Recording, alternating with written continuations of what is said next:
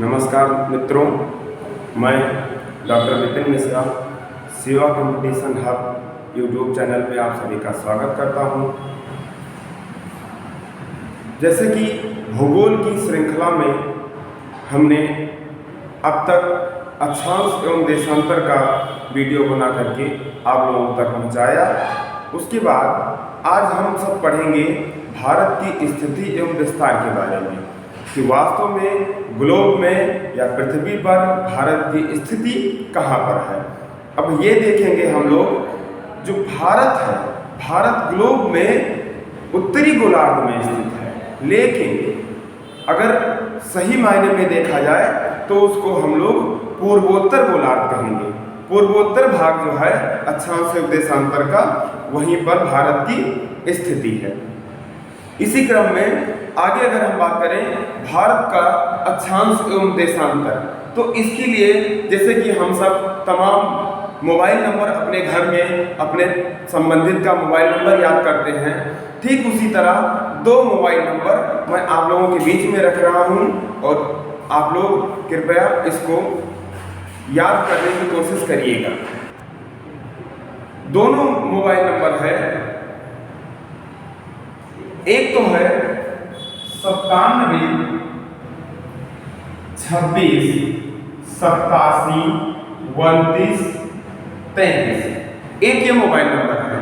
ये हमारा mobile number नहीं है, ना हमारी संस्था का है, ना तो हम ये जानते हैं कि किसका होगा, लेकिन भारत के अक्षांश और देशांतर रेखाओं को जानने के लिए हमने एक मोबाइल नंबर बनाया है। ये मोबाइल नंबर है देशांतर के लिए, भारत के देशांतर के लिए है 97 26 87 29 33। ठीक है। इसके बाद अगर अक्षांश के लिए अगर हम बात करें तो अक्षांश के लिए है 80 43 76 32 14। ये दो मोबाइल नंबर आप लोग याद कर लीजिएगा। अब इसको डिफाइन करना है, इसको परिभाषित करना है भारत की स्थिति में, तो क्या करेंगे, पहले 3-3 का हम ग्रुप बनाएंगे, समूह बनाएंगे, बाकी बचा जो 4 नंबर उसको एक साथ छोड़ देंगे। ऐसे ही इसको भी 3-3 का हम समूह बनाए और बाकी जो 4 हो गया इसको वैसे छोड़ दिए, 4 का समूह बना दिए। अब हम लोग जानते हैं कि अक्षांश अधिकतम 360 ही है, उससे ज्यादा नहीं हो सकती। यहाँ पर 972 है, पहला ग्रुप उठा करके और पूर्व में लिखेंगे 972, लेकिन पीछे से एक अंक के बाद दशमलव लगा देंगे और ये हो जाएगा 97.2।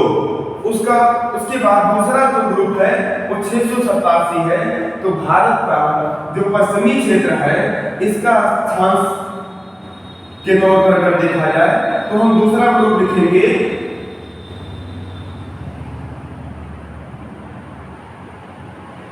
68 यानी 687। पीछे से एक अंक के बाद दशमलव लगा दिए और ये हो जाएगा 68.7। इसके बाद जो सबसे पूर्वी क्षेत्र है यहां से लेकर के और जो भारत का सबसे पश्चिमी क्षेत्र है यहां तक की कुल दूरी हो जाएगी 2933 किलोमीटर, जो यहाँ पर हमने आप लोगों को बताया। 2933 किलोमीटर भारत के पूर्वी छोर से और पश्चिमी छोर की कुल दूरी है। उसके बाद आते हैं अक्षांश में। अक्षांश में हम लोग देखेंगे कि सबसे पहला ग्रुप है 804, यहाँ पर लिखेंगे 804। अब एक चीज ये ध्यान रखिएगा कि ये जो जीरो है इस जीरो को हटा करके और यहाँ पर दशमलव कर दीजिए, तो 8.4 यानी भारत का जो मुख्य भाग है, मुख्य भाग का जो दक्षिणतम छोर है, दक्षिणतम बिंदु है वो 8.4 पर है। इसको कन्याकुमारी कहा जाता है। उसके बाद जो भारत का सबसे उत्तरी छोर है यानी ये 376 यानी कि पीछे से एक अंक के बाद दशमलव लगा देना है, तो ये हो जाएगा 37.6। ठीक है। यानी कि अक्षांश के रूप में अगर देखा जाए तो भारत का जो सबसे उत्तरी भाग है वो है 37.6 6 मिनट। दशमलव के बाद हम लोग मिनट का पढ़ते हैं, दशमलव के पहले अंश में पढ़ते हैं। और जो बचा 3214, ये भारत का उत्तर से सबसे उत्तरी जो छोर है, जगह है, वहां से लेकर के और मुख्य भाग का जो दक्षिणी छोर है, यहाँ तक की कुल दूरी है 3214 किलोमीटर। जैसे कि इसमें था 2933 किलोमीटर।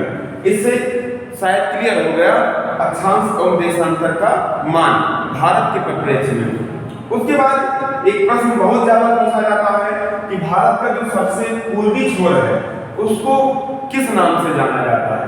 भारत का जो सबसे पूर्वी छोर है इसको कहा जाता है किवीथु। इसका नाम है किवीथु, जो अरुणाचल प्रदेश में सबसे पूर्वी भाग है।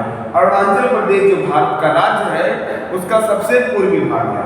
उसके बाद अगर भारत का पश्चिमी भाग देखा जाए तो कुछ इस जगह पर है गौर माता।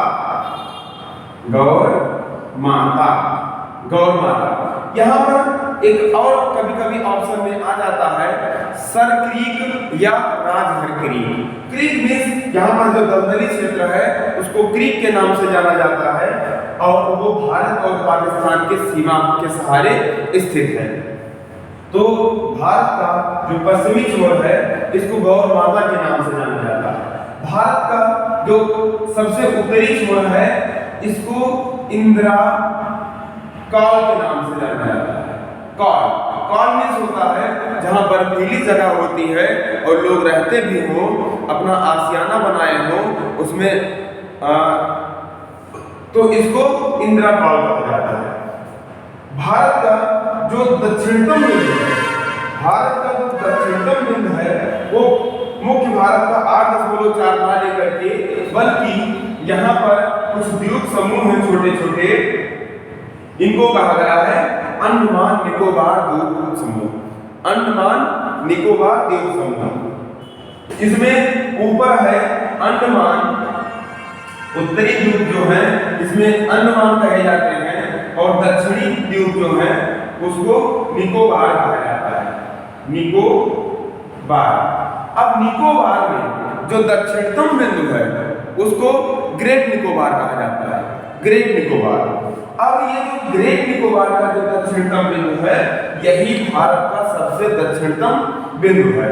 ये है 6.4, यानी कि 6 अंश 4 मिनट अक्षांश का भारत का दक्षिणतम बिंदु है। ये बात क्लियर हुई। उसको किस नाम से जाना जाता है ये भी प्रश्न बहुत आता है परीक्षाओं में। इनको कहा जाता है इंदिरा पॉइंट। इनको भारत का जो दक्षिणतम बिंदु है इसको इंदिरा पॉइंट के नाम से जाना जाता है। और कुछ नाम है, इनको पिगमिलियन पॉइंट भी कहा जाता है। पिगमिलियन पॉइंट या पार्सन पॉइंट के भी नाम से जाना जाता है भारत का दक्षिणतम बिंदु। उसके बाद प्रश्न आता है कि जो भारत के पड़ोसी देश है वो कौन से देश कहां पर स्थित हैं, ये प्रश्न बहुत पूछा जाता है। ठीक है, हम लोग देखते हैं यहां पर एक देश है पाकिस्तान, जो भारत के पश्चिम उत्तर क्षेत्र में स्थित है। पाकिस्तान उत्तरी क्षेत्र में यहाँ पर एक देश है जो अब भारत से सीमा बनाता है, उसका नाम है अफगानिस्तान। अफगानिस्तान ये भारत से सीमा बनाता है। उसके बाद यहाँ पर एक देश है चीन, जो भारत से सीमा बनाता है। फिर यहाँ पर है नेपाल। नेपाल के बाद नेपाल भी भारत से सीमा बनाता है। फिर है यहाँ पर भूटान। नेपाल के बाद यहाँ पर है भूटान, जो भारत से सीमा बनाता है। उसके बाद में इधर है म्यांमार। म्यांमार के बाद यहाँ पर है बांग्लादेश।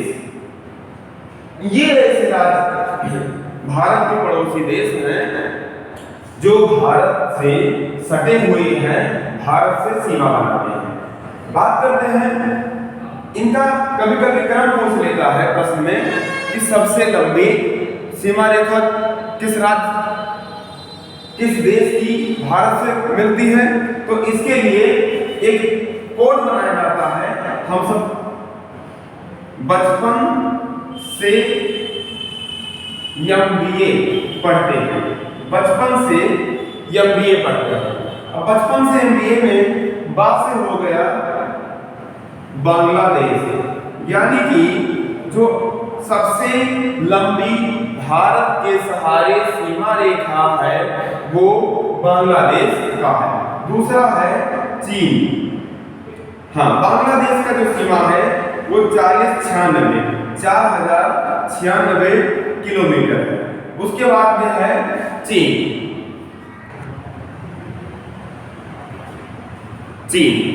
चीन की जो सीमा रेखा है वो 3917 किलोमीटर है।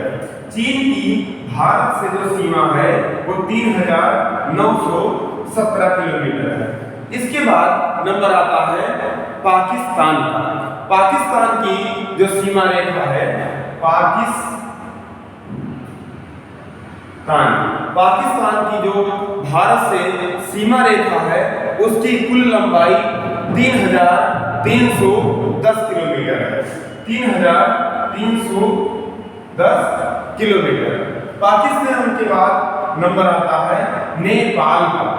इनका नेपाल जो देश है उसकी भारत रेखा से सीमा लगती है 1752 किलोमीटर। 1752 किलोमीटर। भारत और नेपाल के मध्य जो सीमा है उसकी कुल लंबाई है। उसके बाद से को ड्रॉप कर देंगे, से कुछ नहीं होगा। उसके बाद आता है M से होता है म्यांमार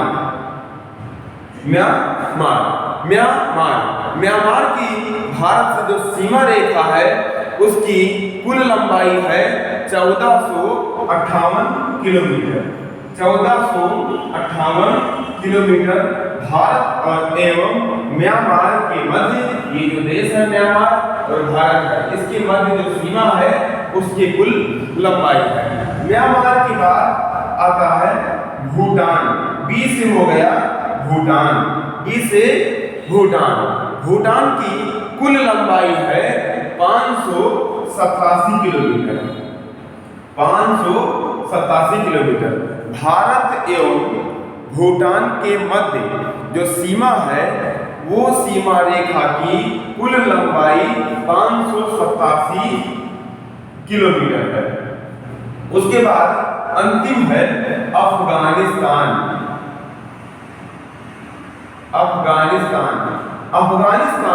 और भारत के मध्य जो सीमा रेखा है उसकी कुल लंबाई 106 किलोमीटर है। कितना है? 106 किलोमीटर।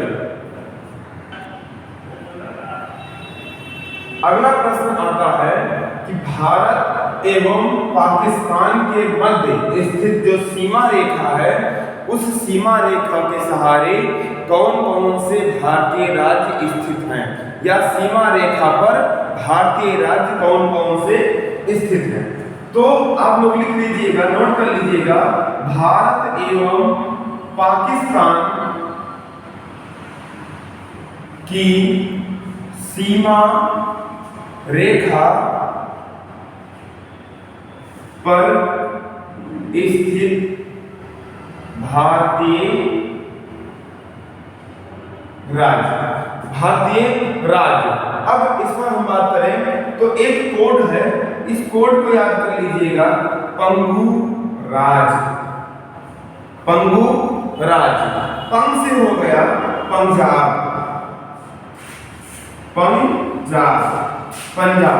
पंग से हो गया पंजाब। गु से हो गया गुजरात। रा से हो गया राजस्थान। और जा से हो गया जम्मू कश्मीर। इसको आप लोग नोट कर सकते हैं। भारत एवं पाकिस्तान की सीमा रेखा पर स्थित भारतीय राज्य कौन कौन से हैं, ये सब आप लोग नोट कर सकते हैं। पंगु राज्य एक कोड है इसी के सहारे। उसके बाद यदि देखें तो यहाँ पर अफगानिस्तान एवं भारत के मध्य एक सीमा रेखा है। हाँ, थोड़ा सा और, भारत एवं पाकिस्तान के मध्य जो सीमा रेखा है इसको रेड क्लिफ के नाम से जाना जाता है। रेड क्लिफ के नाम से जाना जाता है। अब भारत और अफगानिस्तान के मध्य जो सीमा रेखा है इसको डूरंड रेखा के नाम से जाना जाता है। तमाम बार कंफ्यूजन होती है कि भारत और अफगानिस्तान के मध्य में है या अफगानिस्तान और पाकिस्तान के मध्य में है। तो मित्रों ये जानिए कि ये रेखा अफगानिस्तान और पाकिस्तान के मध्य पर भी स्थित है और वही रेखा भारत और अफगानिस्तान के मध्य भी स्थित है। उसी को यहाँ भी डोरंड कहा जाता है और भारत और पाकिस्तान के बीच में भी उसी रेखा को डोरंड के नाम से जाना जाता है। पाकिस्तान जो है वो भारत का पाक अधिकृत कश्मीर, जो कश्मीरी क्षेत्र है वो पाक अधिकृत कश्मीरी जो क्षेत्र है उसी बॉर्डर से टच होता है, उसी सीमा रेखा के सहारे टच होता है। उसके बाद दूसरा एक देश है चीन। चीन जो है वो भारत के अब जो एक नया केंद्र शासित प्रदेश बना है लद्दाख, एक तो लद्दाख के सहारे उसका बॉर्डर बनाता है, लद्दाख के बाद हिमाचल प्रदेश के सहारे और हिमाचल प्रदेश के बाद उत्तराखंड के सहारे भारत एवं चीन के मध्य सीमा बनाता है।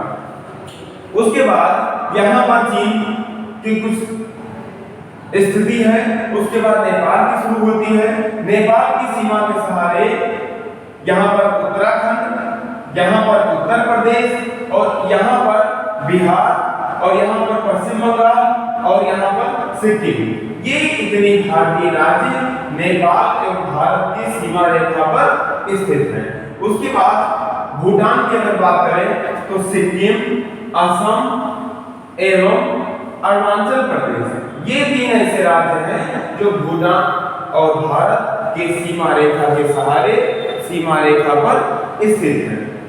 उसके बाद म्यांमार की अगर बात करें तो म्यांमार में अगर भारतीय राज्य, अगर म्यांमार सीमा रेखा के सहारे जो भारतीय राज्य हैं उसको देखें तो यहाँ पूर्वोत्तर में है, इसका नाम है अरुणाचल प्रदेश।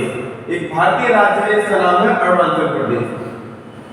अरुणाचल प्रदेश के दक्षिण में नागालैंड है, नागालैंड के बाद मणिपुर, मणिपुर के बाद मिजोरम, ये इतने राज्य हैं जो म्यांमार एवं भारत की सीमा रेखा पर भारतीय राज्य स्थित है। उसके बाद आता है बांग्लादेश। बांग्लादेश में सीमा रेखा के सहारे, जो बांग्लादेश एवं भारत की सीमा रेखा के सहारे स्थित जो भारतीय राज्य है उसका एक कोड है। अब मित्र में बांग्लादेश है। अब मित्र में बांग्लादेश, आ से हो गया असम, बा से हो गया बंगाल, बंगाल मीन्स पश्चिम बंगाल, मी से हो गया मिजोरम, मिजोरम, त्रा से हो गया त्रिपुरा, मे से हो गया मेघालय और बांग्लादेश है, इसको ऐसे छोड़ देंगे। अब मित्र में बांग्लादेश है। आ से असम, बा से बंगाल यानी पश्चिम बंगाल, मिजोरम, त्रिपुरा और मेघालय, ये कुछ भारतीय राज्य हैं। जैसे यहाँ पर है पश्चिम बंगाल, यहाँ पर है असम, यहाँ पर है मेघालय, यहाँ पर है त्रिपुरा, ठीक है। ये सब पूर्वोत्तर राज्य बांग्लादेश की सीमा के सहारे स्थित है।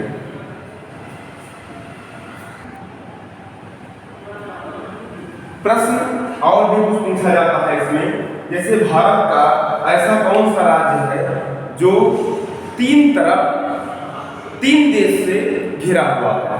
तो है सिक्किम। सिक्किम एक ऐसा राज्य है जो इधर नेपाल है, पश्चिम में नेपाल है, उत्तर में यहाँ पर चाइना यानी चीन का बॉर्डर है और पूरब में भूटान है। ये एक ऐसा राज्य है, भारतीय राज्य, जो 3 देश से इसकी सीमा बनाता है। उसके बाद एक प्रश्न आता है कि भारत का ऐसा कौन सा राज्य है जो 3 तरफ बांग्लादेश से घिरा हुआ है? वो है त्रिपुरा। त्रिपुरा एक ऐसा राज्य है जो 3 तरफ अपने बांग्लादेश से घिरा हुआ है।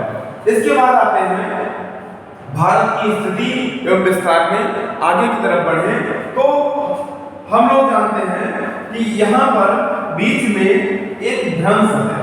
इस भ्रंश का नाम है नर्मदा भ्रंश। नर्मदा भ्रंश के सहारे एक दक्षिण भारत की बड़ी नदी बहती है, इसका नाम है नर्मदा नदी। इस नर्मदा नदी के उत्तर में यहाँ पर है विंध्य की पहाड़ियां, विंध्य की पहाड़ियां, और जो नर्मदा नदी के दक्षिण में है उसको कहते हैं सतपुड़ा की पहाड़ियां। ये जो नर्मदा नदी का भ्रंश है, इसी भ्रंश के जो उत्तर का जो भाग है इसको उत्तरी भारत कहा जाता है, और नर्मदा भ्रंश के जो दक्षिण का जो भाग है इसको प्रायद्वीपीय भारत कहा जाता है। प्रायद्वीपीय भारत के नाम से जाना जाता है। प्रायद्वीपीय भारत, और जो उत्तर का भाग है इसको उत्तरी भारत। उत्तरी भारत को भी 2-3 भागों में बांटा गया है। एक तो पर्वतीय क्षेत्र और दूसरा गंगा ब्रह्मपुत्र का मैदान।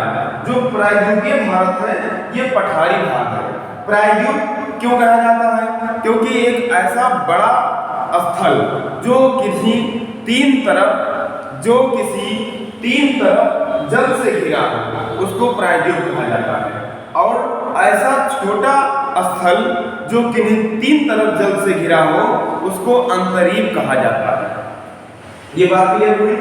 अंडमान निकोबार, अब यहाँ पर देखें एक और द्वीप समूह है जिसका नाम है लक्षद्वीप। लक्षद्वीप के नीचे अगर देखें दक्षिण में तो एक देश है जिसका नाम है मालदीव। तमाम बार प्रश्न पूछता है कि लक्षद्वीप और मालदीव के मध्य कितने डिग्री चैनल है? तो मित्रों याद कर लीजिएगा 8 डिग्री चैनल। मालदीव और लक्षद्वीप के बीच में 8 डिग्री चैनल है जो लक्षद्वीप और मालदीव के मध्य स्थित है। उसके बाद यहाँ पर एक कुछ द्वीप समूह हैं जिनको कोको द्वीप समूह कहा जाता है। कोको द्वीप समूह के नाम से जाना जाता है। कोको द्वीप समूह म्यांमार का है, लेकिन चाइना ने इसको लीज पर ले लिया है। कोको द्वीप समूह, और यहाँ पर जो अंडमान है, उत्तरी अंडमान का जो भाग उत्तरी वाला है उसको उत्तरी अंडमान कहा जाता है। तो उत्तरी अंडमान और कोको द्वीप समूह के मध्य जो चैनल है इसको कोको चैनल के नाम से जाना जाता है। कोको चैनल के नाम से जाना जाता है। उसके बाद अंडमान और निकोबार द्वीप समूह के जो मध्य में चैनल है इसको 10 डिग्री चैनल के नाम से जाना जाता है। 10 डिग्री चैनल के नाम से जाना जाता है। उसके बाद ये जो भारत का जो प्रायद्वीपीय भाग है, प्रायद्वीपीय भारत को यहाँ जो एक कोना है सबसे दक्षिण का, इसको कायमरीन प्रायद्वीप के नाम से जाना जाता है। कायमरीन प्रायद्वीप के नाम से जाना जाता है। यहीं पर एक सुदूर में स्थित एक और देश है जिसका नाम है श्रीलंका। श्रीलंका भारत के पड़ोसी देशों में शामिल नहीं है। क्यों? क्योंकि वो उसकी दूरी ज्यादा है, भारत से दूरी ज्यादा है। श्रीलंका और भारत के मध्य पाक जल संधि है। पाक जल संधि, जल संधि किसे कहते हैं? जो किसी 2 तरफ स्थल हो और बीच में जल हो, जलीय मार्ग हो, उसको जल संधि के नाम से जाना जाता है। तो यहाँ पर है पाक जल संधि।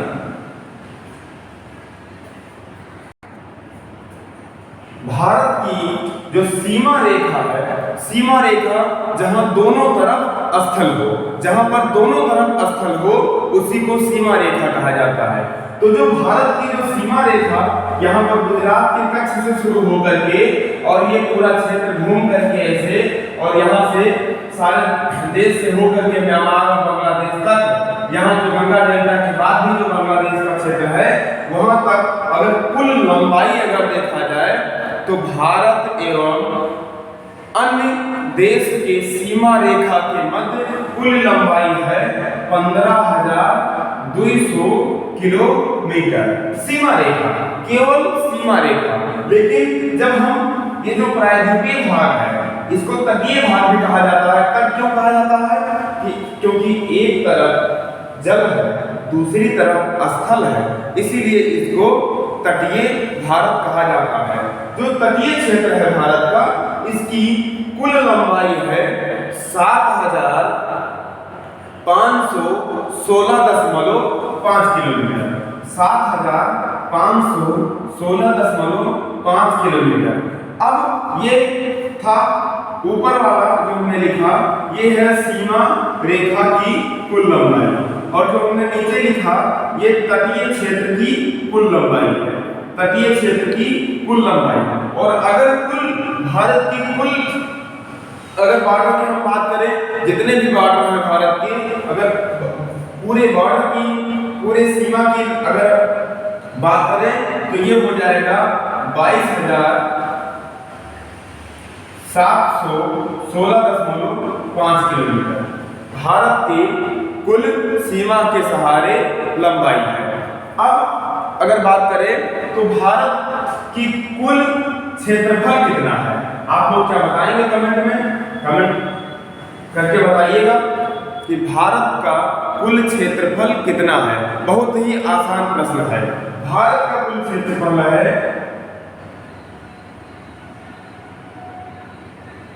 कुल क्षेत्रफल 32,87,263 किलोमीटर, यानी 32,87,263 किलोमीटर है भारत का कुल क्षेत्रफल।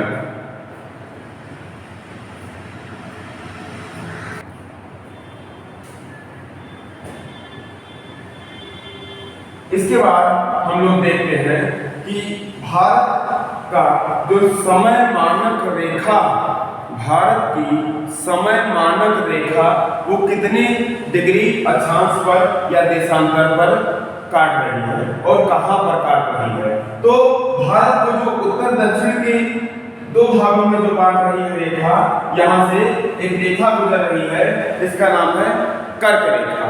कर्क रेखा, क्या नाम है?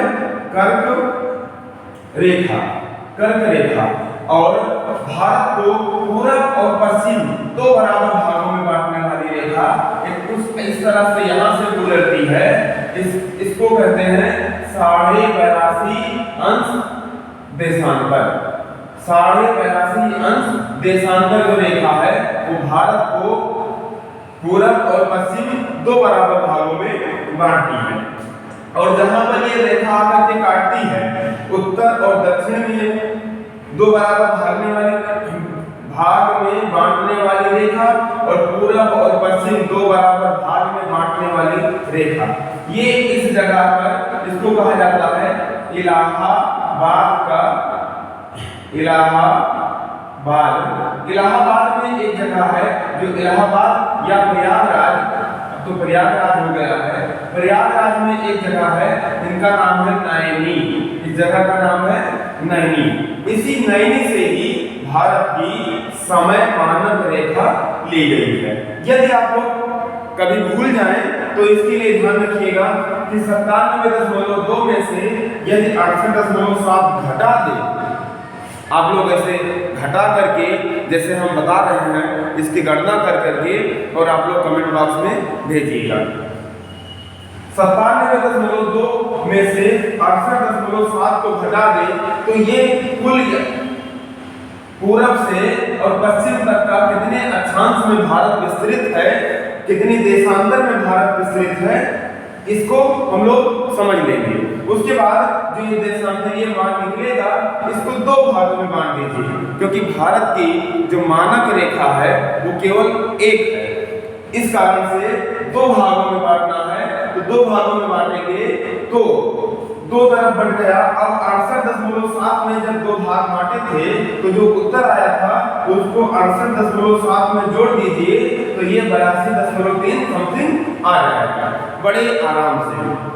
उसके बाद जो भारत का जो पूर्वी क्षेत्र है, पूर्वी क्षेत्र से पश्चिमी क्षेत्र के मध्य लगभग 2 घंटे का अंतर होता है, क्योंकि एक देशांतर बराबर 4 मिनट होता है। एक देशांतर बराबर 4 मिनट होता है। यदि आप इसमें इस 97.2 में से 68.7 घटाएंगे तो जो मान आएगा उसको 4 से गुणा कर दीजिएगा, 4 से गुणा कर दीजिए और गुणा करने के बाद आप देखेंगे कि लगभग 2 घंटे का अंतर आ रहा है। यानी कि भारत का जो अरुणाचल प्रदेश है, सबसे पूर्वी क्षेत्र, यहाँ से सूरज अगर 5 बजे निकलता है, यहाँ पर सूरज अगर 5 बजे निकलता है तो भारत का जो पश्चिमी क्षेत्र है गौर माता वाला, यहाँ पर सूरज कितने बजे उगेगा? 7 बजे उगेगा, क्योंकि 2 घंटे का अंतर पड़ जाता है। ये है भारत की मानक समय रेखा। प्रश्न आता है कि किस किस राज्य से होकर के भारत की मानक समय रेखा गुजरती है। तो इसके लिए सबसे पहले हम लोग जानते हैं, यहाँ पर है उत्तर प्रदेश। उत्तर प्रदेश के बाद यहाँ पर एक राज्य है झारखंड।